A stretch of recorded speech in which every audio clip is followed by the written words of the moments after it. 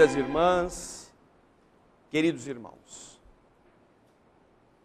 como falamos na prece, nosso estado interior é decisivo para o equilíbrio orgânico. E não somente para ele, que representará na saúde que buscamos um fator importante, mas, sobretudo, para o equilíbrio emocional, o equilíbrio geral da convivência. Muitas pessoas temem contrair enfermidades ao contato com outros, naquilo que nós chamamos de contágio. Viroses multiplicam-se todos os dias, intoxicações oriundas de alimentos mal preparados ou mal acondicionados produzem realmente um estado orgânico debilitado. Mas, ao lado daquilo que é normal encontrarmos fruto da falta de higiene, a favorecer a proliferação de bactérias, de agentes contaminantes, nada é mais contaminante do que aquilo que nós produzimos no nosso estado interior. Se você tem uma diarreia porque comeu uma empadinha que estava há 15 dias olhando para você no bar da esquina, você naturalmente vai passar um pouco mal. E depois que seu organismo expelir todo o produto contaminado, naturalmente você se reposiciona. Seu corpo volta a funcionar sem estes problemas. A diarreia pode ser bastante intensa, pode a cólica de intestino ser dolorosa, que passada a tormenta, você ainda terá alguma coisa muito boa a extrair disto, que é não passar mais perto daquele bar da esquina, ou de qualquer empadinha que você vê lá faz uma semana que está falando oi para você. Aprende. Agora, já pensaram como que a gente faz? Já que isso não pode ser drenado por um distúrbio intestinal, com um sentimento ruim, que não é uma empadinha, não é uma doença mal, ou uma comida mal acondicionada. É algo que está em nós, que nós recebemos, que nós nos permitimos, que nós cultivamos. Vamos fazer um teste, você que é dona de casa. E no Dia Internacional da Mulher, nada melhor do que homenageá-las, lembrando a importância que vocês possuem na vida dos homens. E a responsabilidade que vocês têm como mulheres para que o mundo seja diferente. Porque os homens podem ser acusados de todas as atrocidades, de todas as maldades, de todas as bandidagens. Mas quem educa os homens são vocês. Mulheres que são mães, que educam os filhos. A responsabilidade para que o mundo melhore mais depressa pesa muito mais nos ombros das mulheres, porque são elas que têm este poder. Os homens já foram testados no poder de destruir e mostraram-se muito competentes. O mundo está carente exatamente do exercício desta liderança amorosa e firme que o espírito feminino possui, porque está em conexão direta com a bondade de Deus. na transformação dos seus filhos, que são muito mais do que bonequinhos, como a maioria os tem tratado, do que barõezinhos e reizinhos, que devem ter seus caprichos feitos. São estes que serão amanhã os que vão dar outro padrão, outro rumo às sociedades, homens e mulheres. Que este Dia Internacional não seja uma fantasia para vender flor. Naturalmente é muito pouco para homenagear o que significa a mulher na vida da humanidade. Mas que possa servir também para que as mulheres façam uma reflexão sobre como elas estão criando os homens. Como elas estão educando os meninos e meninas. Com as futilidades, com as leviandades da moda, das aparências. Não farão com que seus filhos sejam homens de bem. Não farão com que essas crianças cresçam como seres responsáveis. E se é pequena a homenagem que a humanidade está prestando num dia como o de hoje, por vocês merecerem muito mais, por terem suportado a ignorância masculina por todos estes milênios,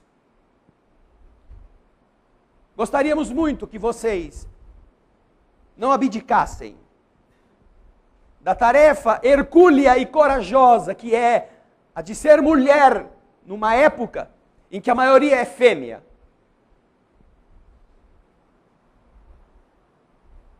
De ser pedreiro de Deus,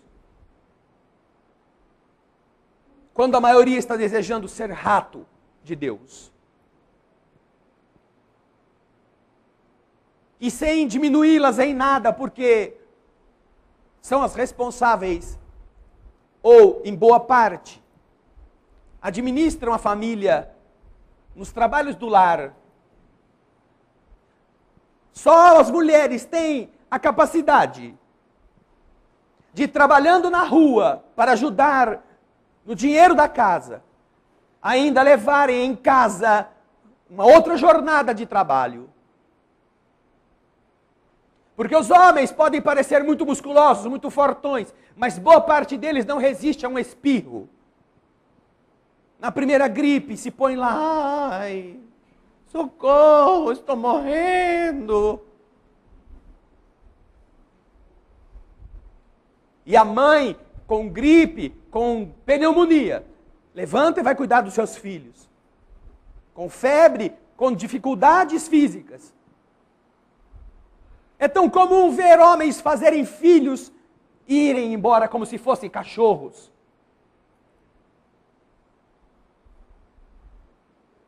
E vermos mulheres abandonadas pelos seus companheiros lutarem a vida inteira para criar aquela prole. Com todos os desafios que significam hoje você pôr um filho no mundo. E não dá-lo, não entregá-lo num albergue, não entregá-lo no orfanato para que eles cuidem. Não abdiquem da preciosa tarefa de serem mães, avós, tias ou pessoas que tenham na terra uma função muito maior do que a de serem manequins, a de serem bonequinhas, a de serem um pedaço de carne para a cobiça dos olhares lupinos dos homens. Não só são responsáveis as mulheres pela criação dos seus filhos, pela transformação da juventude, como também em mudar na sociedade em que estamos o desajuste da sexualidade, por permitirem-se condutas que se afastam da nobreza feminina para transformarem em objetos de desejo,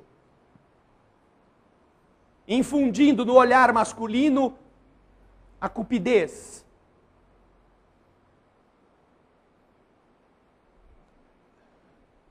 Esta é uma desvirtuação da igualdade feminina, desta luta justa e tardia, sobretudo, tardia, que as mulheres conquistaram pelo seu esforço, mas que, infelizmente, fazendo o jogo dos homens, só se sentem bonitas quando são cobiçadas, disputam umas com as outras o interesse do sexo oposto, como se esta fosse uma corrida alucinada, para mostrar quem é mais poderosa. Mulheres, o poder de vocês não está na carne. Não é o busto, não é o músculo, não é a curva, que representa a nobreza de Deus, que pulsa em cada uma de vocês. É esta alma valorosa que sabe ser mãe e que sabe educar mulheres e homens, que aguenta carregar um outro ser, que se vê enfeiar com alegria de ver pulsando em si mesma uma outra vida. Os homens, infelizmente, por mais nobres que sejam, como muitos há, que poderiam ser mães, infelizmente não podem ainda, na condição masculina, enfrentar esta experiência tão divina. Mas não pensem que este é um discurso cuja finalidade é convencer você a ficar na cozinha e a criar filhos. Como se ficar na cozinha e criar filhos, como é a mente das pessoas de hoje, fosse uma coisa ridícula. Quando a maternidade é colocada como uma coisa de tia velha, de gente que não tem o que fazer. E que as mulheres se sentem assim, como aquelas crianças que nas brincadeiras são café com leite. Não vale. Ah, já é mãe. Ah, tadinha. Ah, o sonho dela é ser mãe. Ah, é mais uma Amélia. Este conceito burguês de gente irresponsável, de uma liderança feminina que não sabe o que é ser mulher, e ser mãe, e ser essa pessoa que trabalha em prol da melhoria da humanidade. Porque apenas fica queimando o sutiã, fica pregando o aborto, fica desejando que as mulheres se prostituam, como se fossem este o único caminho que elas tenham. Não é neste sentido que nós estamos falando estas coisas, num dia como o de hoje. Mas é ao contrário.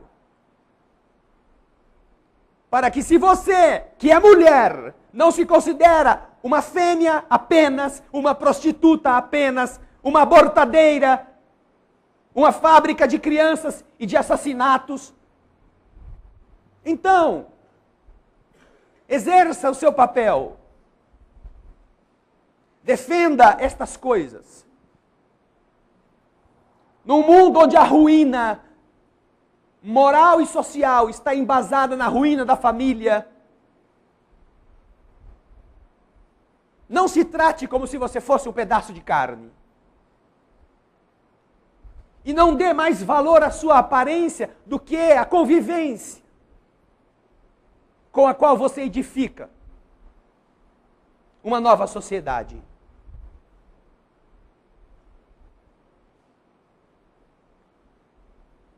Esta é uma realidade que qualquer pessoa que esteja de olhos abertos e ouvidos abertos não tem como negar.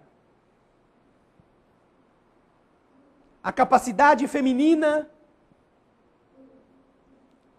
e o plano da leviandade humana de mantê-la. Agora que ela pode fazer faculdade, que ela pode governar países, que ela pode ser líder e pode, inclusive, ser escolhida como a ganhadora do Oscar.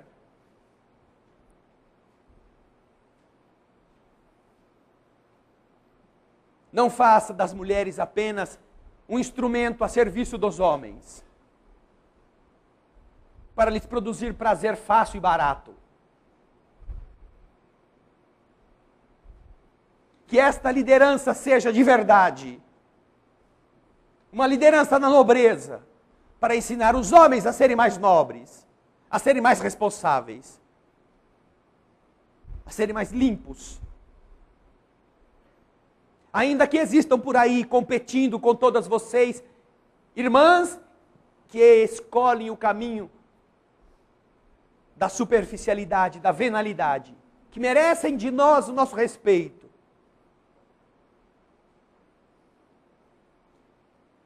Esta condição de mãe, de esposa, de mulher, aquela que organiza uma família, interferirá na vida de todas estas pessoas. Como todos os que aqui estão hoje receberam a influência de seus pais e se lembram deles, porque são um pedaço do que eles foram. Enquanto se você for apenas um manequim que anda, você não vai mudar nada em lugar nenhum. Será apenas um androide que se veste bem, que caminha elegantemente, que se apetrecha de coisas que brilham, e que, como acontece com o vampiro exposto ao sol,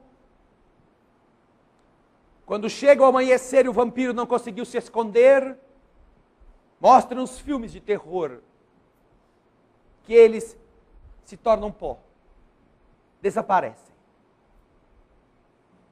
Isto será assim, não literalmente,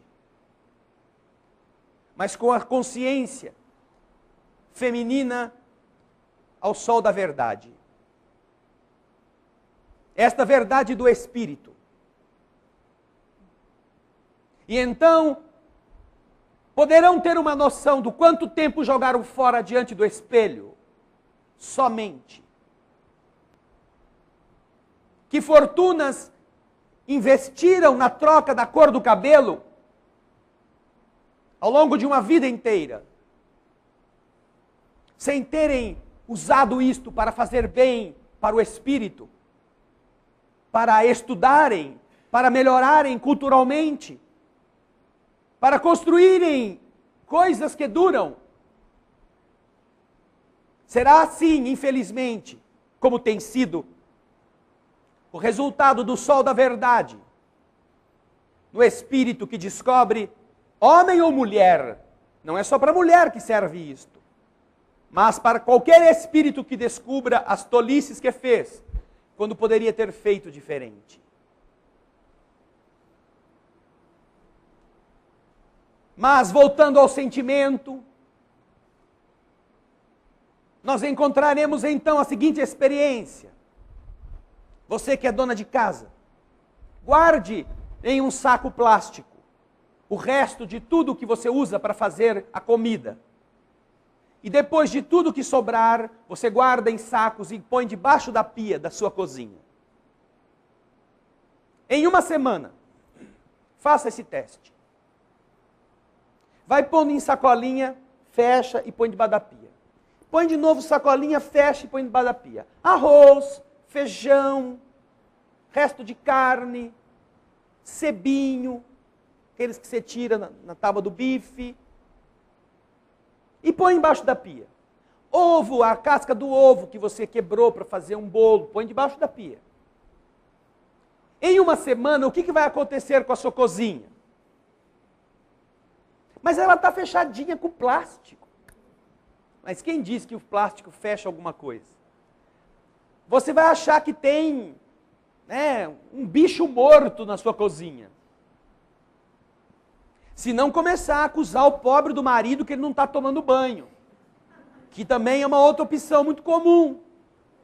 Afinal, resolveu casar com um troglodita, e aí depois de 20 anos, o troglodita já fica mais... A conversa já é mais direta. Vai tomar banho, marido, não aguento, você chega aqui tão fedor lascado. Você vai ver que de verdade debaixo da sua pia, tudo está podre. E esta podridão está empesteando o lugar onde você está.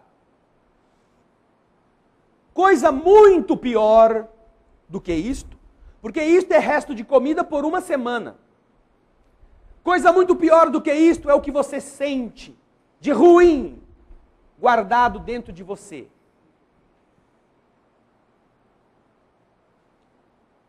Mágoas, dores, aflições, angústias, raivas, que mais do que simplesmente botar numa sacolinha e pôr debaixo da pia, nós cultivamos. Como se a gente tivesse um livrinho e falasse assim, faz quanto tempo que eu não penso naquele maldito, daquele patrão que me mandou embora em 1936? Ah, vou pensar nele de novo porque ele me fez sofrer muito. Nós cultivamos. Já estou esquecendo dele. Não, não pode esquecer, porque um dia ele vai pagar. Desde 1936, de 1960, de 1980, de 1990, desde 2000, 2005, se nós observarmos, guardamos coisas. Ah, alguém foi embora e nos deixou sofrendo por amor, que é uma das marcas que nós mais gostamos de cultivar, decepções amorosas. É uma sacolinha que você botou dentro de você e que está fumegando, está lá vibrando, está fedendo. Quando você tem esta experiência na cozinha, para você acabar com o mau odor do cômodo onde você produz alimento, o que você tem que fazer? Cata tudo aquilo, pega um grande sacão de sanito, joga dentro, tranca, fecha a boca e põe na rua. Passa o lixeiro e leva embora. A partir daí, seu marido pode ficar uma semana sem tomar banho que você nem vai notar. Porque também já não dá mais nem muita bola para ele. Mas acaba o mau cheiro da cozinha. Então, qual é a maneira pela qual nós também tratamos da nossa saúde? Pegando estas coisas, essas sacolinhas podres, e jogando fora. Jogar fora significa não pensar mais nisto. Rasgar aqueles cadernos, aqueles diários velhos, onde você anotou o que foi que a pessoa falou para você, que você mandou um cartãozinho dizendo que gostava dela, ela deu risada. Em 1936. Porque tem gente que guarda cartinha desde aquela época. E se não de tanto tempo, um pouquinho mais recente, 1950. Já pensaram o que significa 60 anos pensando naquilo? Naquela dor, naquela decepção, naquela tragédia? E se você começar a falar com a pessoa sobre isso e ela começar a contar, ela chora. É só ela começar a contar o que aconteceu, como eu sofri, a gente passava tanta fome, a gente morava na roça, não tinha o que comer. Pronto, a pessoa deságua. Parece que ela já está com quase 100 quilos e ela está com fome até hoje.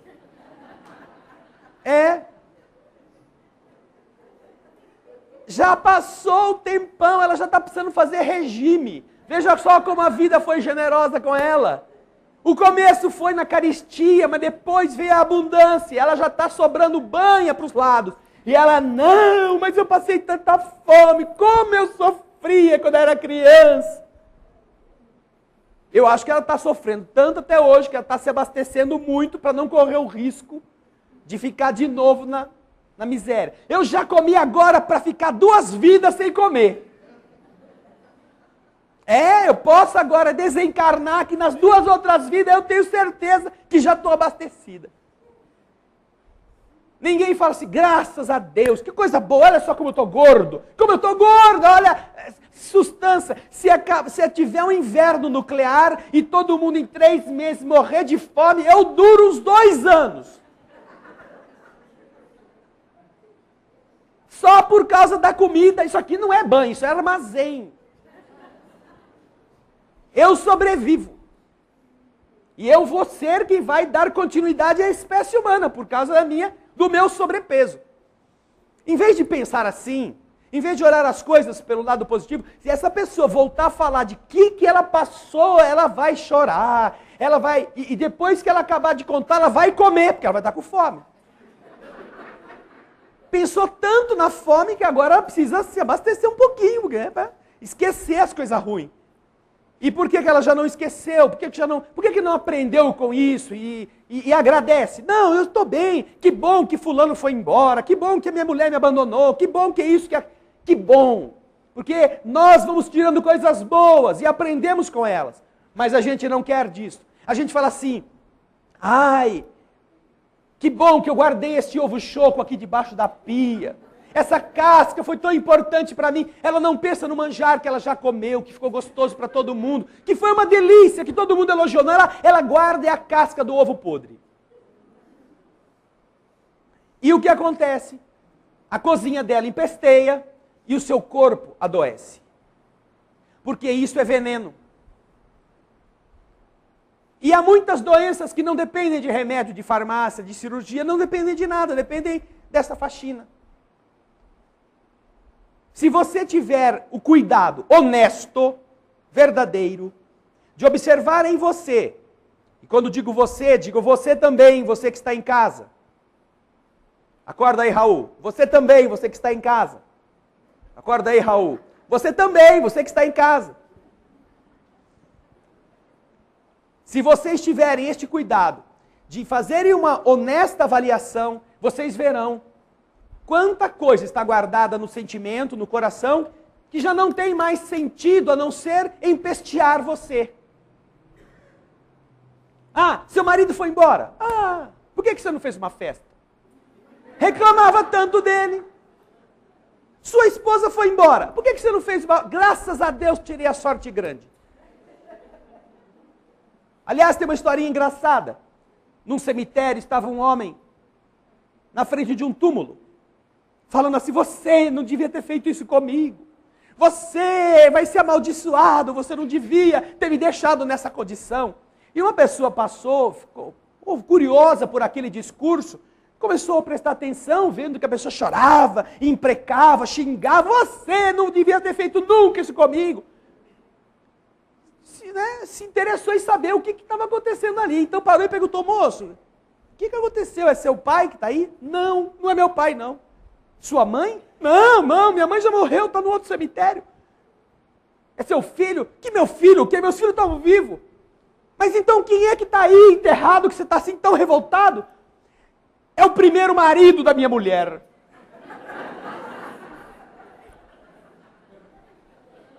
Você não devia ter feito isso.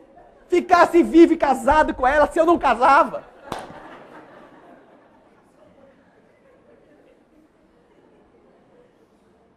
São coisas que se a gente... Ah, aconteceu, tudo bem. Vamos tirar alguma coisa boa? Vamos, o quê? Bom, se foi embora, é porque não estava havendo harmonia. E essa desarmonia era fruto ou de um ou de outro, ou dos dois. Não houve condições de se conversar. Então pecou-se na falta de diálogo. Ah, mas é que eu ainda continuo amando. Ora, muito bom. O fato dele ter ido embora, dela ter ido embora, não significa que você tem que odiar. Muito nobre você continuar amando quem foi embora. Muito nobre, porque este é o amor verdadeiro. Este é o amor que não depende dos outros. Este é o amor que depende de quem ama. E você vai ter ainda, se é que se pode falar, e é isso que as pessoas estão esperando, uma vingança. Você ainda vai ter a vingança de que aquele que foi embora, aquela que foi embora, provavelmente, se você continua amando, trocou você por uma outra pessoa que vai amá-lo menos do que você é capaz. E esta pessoa vai saber. Este que abdicou por um interesse carnal, por um desejo sexual ou por uma ligação espiritual com a outra parte, porque isso é muito comum, este vai perceber que depois que o sexo acaba, depois que o corpo envelhece, depois que as emoções são amainadas, A outra parte geralmente não terá o amor que você tem para dar. E é muito comum encontrarmos casais que já estão separados e que depois, na idade madura, um cuida do outro. Ou o marido que foi abandonado recolhe a mulher para cuidar dela, doente, desgastada, esquecida, jogada no lixo pelos outros. Ou a esposa, que ainda é mais comum do que a gente imagina. A esposa que foi pisada, que foi humilhada, que foi abandonada. Passado o tempo, recolhe, se não na sua casa, mas nos seus cuidados, aquele ser que agora precisa de ajuda. Onde está o amante? Onde está a amante? Trocaram-no por um outro mais novo, mais bonito, mais rico. E assim nós aprendemos. Então, se o seu problema é afeto, se é pelo abandono, pela tristeza de se ver sozinho ou sozinha, aprenda com isto. Primeiro, que você não depende de ninguém para ser feliz. Coisa que é muito difícil a gente aprender a não ser depois que perde. Muitas pessoas, quando estão se vendo abandonadas, não sofrem tanto por estarem incapacitadas de continuar a viver, mas sofrem porque tinham colocado toda a sua felicidade nas costas do outro, da outra. E agora? O outro foi embora, meu mundo acabou. Não. Você tem que aprender, nós temos que aprender que somos nós quem fazemos o nosso mundo. Nosso afeto depende de nós, não pode depender do outro, não pode depender da outra pessoa. É você que é dona, que é dono do sentimento bom ou ruim. Ninguém pode ficar preso ao seu pé, atrelado a você, pela chantagem emocional de que se for embora você se mata. Pessoas que agem desse modo são crianças. São despreparadas para se tornarem gente grande, mesmo que já tenham crescido. Que gostam de se posicionar na condição de vítimas. Eu sou vítima, ele me abandonou, ela me abandonou. Então vamos fazer um levantamento. Por que abandonou? Porque faltou alguma coisa. Porque alguma coisa deu errado. Porque depois de 10, 15, 20, 30 anos de convivência, não se desenvolveu algo que mantivesse. Agora, esse desenvolver algo que mantivesse a união não depende só de uma parte. Depende de duas partes. E estas duas partes cumpriram suas tarefas? Pode ser que alguém tenha ido embora cansado de estar ali naquele ambiente, mas todas as pessoas que se sentem amadas, todas, não costumam trocar este sentimento pelo sentimento de incerteza. Tanto que é muito comum no caso da infidelidade sexual, notadamente masculina, que o homem que dá os seus pulos fora do casamento com moças mais novas e mais bonitas ou mais exuberantes do que a sua esposa, volte para casa. Ele não quer morar com a amante. Ele não quer. Ele quer ter uma sensação sexual efusiva, porque ele ainda precisa sentir-se, porque tem essa ideia na cabeça, não é? De que ser homem é ter esse envolvimento caloroso, que a sua esposa já não está mais muito disposta a possuir com ele. Mas ele não quer trocar aquela pessoa que o compreende, que o ajuda, que o abastece de carinho, pela mocinha oportunista que às vezes, quando muito, está querendo o seu dinheiro. Alguns trocam, é verdade. Mas isso se torna uma dor de consciência para muitos homens, que têm no impulso ainda bastante vivo da sexualidade, a inclinação de buscar uma aventura passageira, rapidamente, e voltar para o ambiente da mulher que o acolhe, da companheira, que ele se sente mal depois por ter feito isto. O amor, quando concedido do homem ou da mulher, marca a outra parte, com uma marca que é superior a qualquer outra. Não existe uma marca em outro ser mais poderosa e durável do que a do amor. Isso nós vemos no amor de pai e de mãe. Isso vemos também no amor de uns para com os outros. Este amor transforma a pessoa.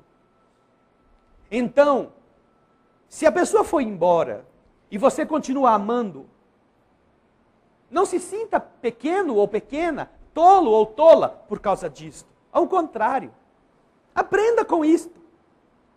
Eu talvez não tenha correspondido àquilo que ele esperava, àquilo que ela sonhava de mim. E eu faço votos que aonde ela estiver, onde ele estiver, eles sejam felizes. Vou pedir a Deus que os abençoe. E vou pedir a Deus que me ajude a eu corrigir em mim aquilo que eu não soube fazer. E de repente o que acontece? Você já não tem mais motivo para ter raiva. Coisa que muita gente não admite abdicar. Porque é uma história bonita, a história de vítima é muito bonita de ser contada. E todo mundo conta, e quando não tem, o povo inventa. Inventa só o lado dele. Porque o outro não está mais junto mesmo para te dizer se é verdade. E conta aquelas tramóias, aquelas tragédias, aquelas coisas assim, horripilantes. De quanto sofreu. Mas não conta quanto fez sofrer. O que é uma das raízes do desentendimento. Mas quando você abre mão de ter uma história bonita, em que todo mundo escuta e quase chora, só para observar a sua coragem, mas você assume, não, ela está feliz agora. E você vai encontrar amigos e amigos que vão dizer, eu não acredito, você ainda está falando assim, está desejando a felicidade dele, a felicidade dela, por que não? Eu continuo amando a pessoa. Meu Deus do céu, mas você é otário, você é o quê? Você não tem sangue de barata. Por quê? Porque a maioria ainda transita na mediocridade do afeto. A maioria ainda precisa ser amada para amar. É um negócio, é um joguinho. A maioria depende de expor seus órgãos à cobiça para se sentir querida. A maioria ainda depende do ciúme para perceber se está produzindo incômodo no outro, que goste ou que não goste. Coisa mais grotesca é você medir o amor de alguém por você pelo ciúme que ele demonstra. É a mesma coisa que você procurar imaginar que um tigre gosta de você, colocando uma carninha assim fresca na boca dele para ver se ele baba. Até o dia que ele arranca o seu braço. E aí você provoca o ciúme do outro até um dia que ele te enche a cara de alegria e você, eu apanhei! Ué, apanhou, fez o quê? Está brincando com onça e quer que ela te agrade? Não, mas é que é prova de amor. E é porque eu apanhei que agora eu gamei mais ainda. Ele gosta de mim. Ele tem as mulheres dele lá na rua, mas é de mim que ele gosta. É para casa que ele volta. Que belo relacionamento esse, não? Em que alguém tem que expor o outro ao ridículo do ciúme, corre o risco de apanhar e quando apanha ainda tem certeza que ele a ama ou que ela gosta dele. Puxa vida. Nós chegamos no século 21 da humanidade. Para termos um sentimento grotesco desses, dizendo que isso é civilidade, que isso é civilização. Isso é veneno que nós estamos passando uns para os outros, mães para filhos, pais para filhos, como se essa fosse a regra de ser feliz. Odeie, Faça de tudo para o outro sofrer. Não mostre o que você sente. Porque quando você mostra que gosta, aí você fica na mão da pessoa, e aí vira, né, um balaio de gato. Quanto mais pisar, mais o outro gosta. Todas vocês já ouviram isto, se é que já não fizeram isto. E graças a isto encontraram aquele que está do seu lado. Que hoje você quer se livrar de qualquer jeito, até em rifa. Então, e ninguém quer comprar a sua rifa. Então você vai aguentando, vai aguentando. Por que eu fiz de difícil? Por que eu desprezei e dei pontapé? Está vendo? Agora eu tenho que aguentar até o fim dos meus dias. Não. Você vai ter que agora aguentar até amá-lo. Até amá-la. Não é aguentar amá-la. Ou é a mesma coisa. Mas vai ter que amá-la. Amá-la. Essa mala, você vai ter que amá-la. E se não der para fazer isso numa vida, algumas pessoas dizem, eu vou ficar com essa pessoa, vou aguentar até onde der, porque não quero nunca mais ver ela pintada na minha frente, numa outra encadernação, eu vou saber onde é que planeta que ela está, porque eu vou para outro. Não se preocupe, você vai voltar de novo com a mesma mala, até a mala. E vai estar livre dela, sabe quando? Quando você pedir a Deus para nascer com ela. Ai, Senhor, eu gosto tanto dessa pessoa, ele tem tanto defeito, mas cada defeito eu gosto. Ai, por favor, agora eu quero dar a minha vida, quero amar essa pessoa para o resto da eternidade. Pronto, já melhorou no amor, agora vai domesticar outro. Você já é capaz de entender o amor para pessoas difíceis, o amor para pessoas problemas. Estão assim de candidatos, de candidatas, precisando de alguém que ame desse jeito para ajudá-los, para ajudá-las a amarem também. Enquanto você não tiver este sentimento, não é mentirinha, não é de faz de conta, tem que ser de verdade. Aí você ainda está comprometido. Não adianta aguentar esta vida para nunca mais ver na frente. Não adianta. Essa é a garantia de que vai encontrar de novo. E pode ser como marido, pode ser como esposa, pode ser como filho, que vai dar problema para você do mesmo jeito. Então, quando você está passando por um problema assim, ao invés de você guardar o podre e depois ficar falando dele, liberte. Ponha isto como algo positivo, alguma coisa de ganho na sua alma. Você, na pior das hipóteses, na mais verdadeira das tragédias, foi traída sem ter feito nada. Nada que merecesse aquela conduta. Não existe heroísmo mais lindo aos olhos da lei do universo do que este. Você ter recebido negativamente o mal e não ter reagido ao mal. Agora, ainda que nesta vida você seja 100% inocente, por que você está passando por isso? Por quê? Por que Deus, que é bom, deixou você cair nessa roubada? Por que ele não gostava de... Não podia dar uma sopradinha, não casa não, isso aí é ruim, não vai dar certo, lá na frente eu estou vendo. Por que ele que sabe tudo deixou você embarcar na canoa furada? 2 motivos podem estar por detrás disso. Primeiro, porque você fez isto com alguém um dia, em uma outra vida.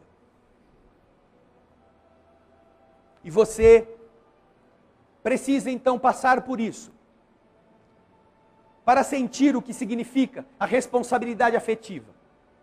Você é inocente, você cumpriu seus deveres, você fez tudo o que estava a seu alcance para que a união fosse uma união perfeita. Mas a outra parte se engraçou. Encontrou uma moça, um rapaz muito mais bonito ou muito mais atraente, às vezes atraente, entenderam? Às vezes, só às vezes. E foi passear com o outro. Você não fez nada. E então a injustiça parece plena, mas é uma injustiça quando a gente olha só esta vida. Mas se Deus deixou a gente passar por isto, É por quê? Porque a gente às vezes precisa colher os espinhos do passado.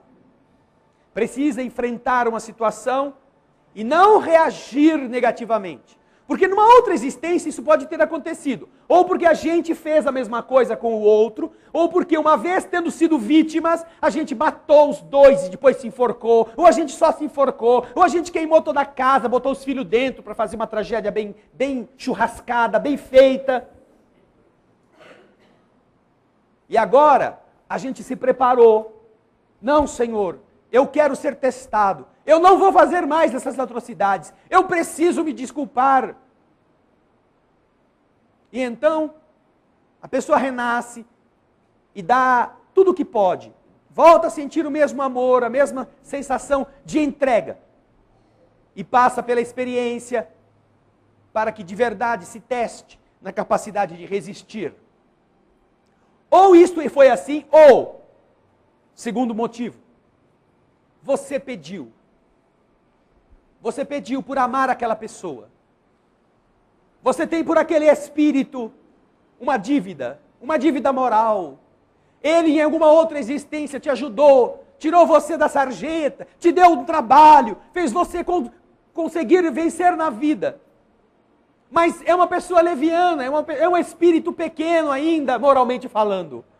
Então você solicita de Deus a oportunidade de nascer e estar com aquela criatura para você ao mesmo tempo dar carinho em forma de gratidão por aquilo que você recebeu um dia e suportar esta leviandade com coragem, para que depois que aquela pessoa se estragar bastante, quem sabe ela volte, quem sabe ela se arrependa, quem sabe ela se encontre com ela mesma e descubra o quanto você teve amor e tem amor para lhe dar. Que coisa mais linda pode haver do que esta capacidade no coração da alma, de ao invés de juntar os pedaços e manter a podridão guardada, libertar. Libertar amando, libertar deixando ir embora, libertar orando a Deus que beneficie essa pessoa e quem com ela estiver, libertar. E quando você faz isso, você se limpa. Você tira a podridão debaixo da sua pia. Você põe na rua e nunca mais vai sentir o mau cheiro. É natural que é um pouco diferente, porque o nosso sentimento deixa marcas. Mas todas as vezes que aparecer alguma coisa triste, você não, essa pessoa, eu a amo. Eu quero que ela seja feliz. Eu tenho por ela carinho. Não, ela não me fez sofrer. Você combate, você desprograma este vício que é a gente sempre se achar coitadinho. E para as pessoas que fazem este desprogramar e este reprogramar, a saúde é mais fácil. É manchete de jornal e de programa de televisão. Não é o espiritismo que diz. Não é a doutrina de Kardec que tem pago a mídia para pôr isto na televisão. Mas a própria ciência está dizendo que perdoar faz bem à saúde. Perdoar faz bem à saúde. Porque joga fora todos os miasmas negativos, as toxinas, as coisas ruins que a gente produz. Porque uma coisa é a carne podre que está lá, que você usou uma semana atrás e que está apodrecida agora. Outra coisa é você todo dia produzir carne podre, todo dia, todo mês, todo ano e todas as décadas, lembrando das coisas ruins, se envenenando com elas. É um trem que precisa passar por você e levar todo o lixo, de tanto acúmulo. Agora, se você começa a não mais produzir carne podre, jogar fora o que você já tem, e no lugar começar a produzir outros sentimentos, outros pensamentos, você começa a se despoluir. E vai levar um tempo ainda, mas você vai conseguir e vai encontrar um equilíbrio. Um equilíbrio no amor, um equilíbrio no afeto, um equilíbrio no corpo, na saúde. Por isso que os médicos recomendam o perdão como terapia. Coisa que, aliás, Jesus já fazia 2000 anos, via dizendo. Mas que como é Jesus, né, a gente não dá muita bola. Mas na televisão a gente acredita. Perdoa 70 vezes, 7 vezes. Ama o teu inimigo. Se alguém te exige a blusa, entrega também a túnica, a capa. Se alguém te demanda para que caminhe 1000 passos com ele, caminha 2000 passos com ele. Se alguém te faz sofrer, ame essa pessoa 2 vezes mais. Mesmo que ela durma com outro ou com outra, e não mais com você. Você não é um amontoado de carne que cria sensações como se elas fossem o amor. Às vezes você foi trocado ou foi trocada por alguém que faz isso. Mas não odeie. Tanto você quanto essa outra pessoa um dia vão estar na mesma condição. Quando abrirem o caixão de ambas, vão encontrar as duas perfeitamente iguais. Caveira igualzinha. Mas os espíritos, quanta diferença. Porque aquele que erra, aquele que vai embora, aquela que vai embora, aquela que faz o outro sofrer, a outra sofrer, carrega para onde vai? Uma cadeia. Carrega as barras da prisão moral, da consciência do erro. Porque ninguém erra sem saber que está errando. E a pessoa pode viajar para a Europa, pode dar a volta ao mundo, que ela vai presa por ela mesma. E no fundo ela vai esperando que a felicidade construída sobre a infelicidade de alguém, um dia vai acabar em infelicidade também. Ela sabe disto.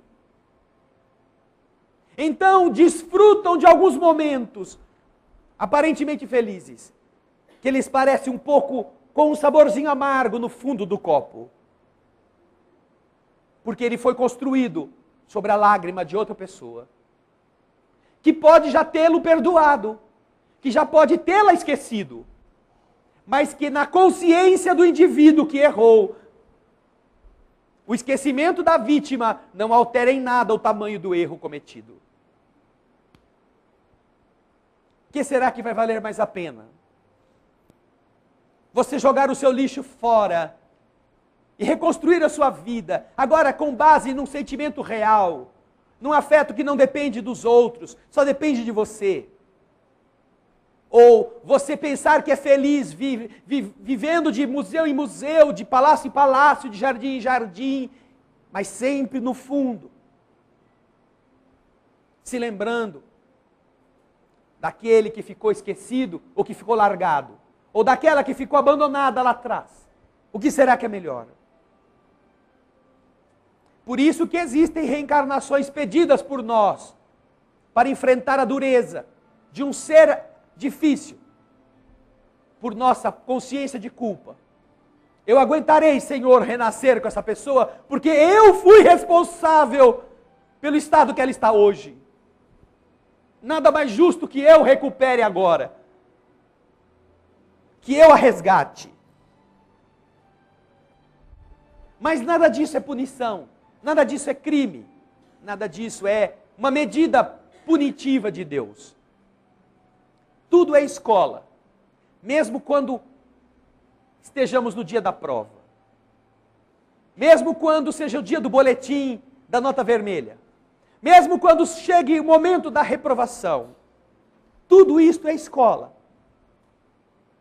Tudo isso vai nos ensinar. Não se preocupe tanto em pensar onde dói o corpo. Comece a jogar fora o seu lixo. Porque depois que o lixo vai embora, com ele vão mosquitos, baratas, ratos, maus odores. Tudo que é ruim também vai embora. Faça isto. Higienizando-nos, será muito mais fácil de encontrarmos o equilíbrio da saúde. E muito mais fácil ainda de nós conseguirmos equilíbrio vibratório para não sermos assessorados por entidades inferiores, que se sintonizam conosco e que muitas vezes nos fazem ficar doentes, sem termos doenças. Já pensaram nisto? Na próxima semana vamos falar deste assunto. Doentes sem doenças. Doentes sem doenças. Pensem nisto. Voltem na semana que vem, na segunda-feira. E estejam aqui, os que puderem vir. Porque continuaremos falando deste assunto. Doentes sem doenças. Muita paz. Obrigado, Jesus, por estarmos mais uma vez unidos, vibrando pela paz na humanidade, pelo fortalecimento das vontades, pela transformação do nosso eu interior. Única forma de encontrarmos definitivamente a saúde e o equilíbrio, diminuindo as dores que causamos na gente. Como é bom entender que há saída, que há solução, que não dependa nem de hospital, nem de médico, nem de remédio. Porque boa parte das enfermidades se enraiza no que somos, no que pensamos, no que fazemos, no que sentimos, no que guardamos. Por isso, de verdade, aprendemos que se desejamos buscar a saúde real, não aquela que dependa de comprimido para diminuir o mal, devemos tirar de nós o mal.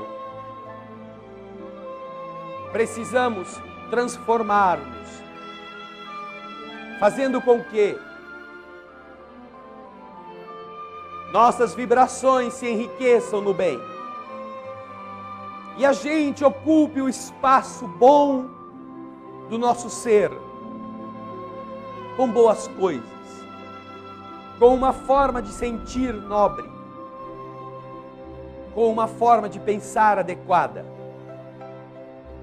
com vibrações generosas, entregues para todos, mesmo e sobretudo para aqueles que não gostam de nós, que não nos tratam como gostaríamos, que são nossos superiores ou são nossos subordinados, irrefletidos, impensados,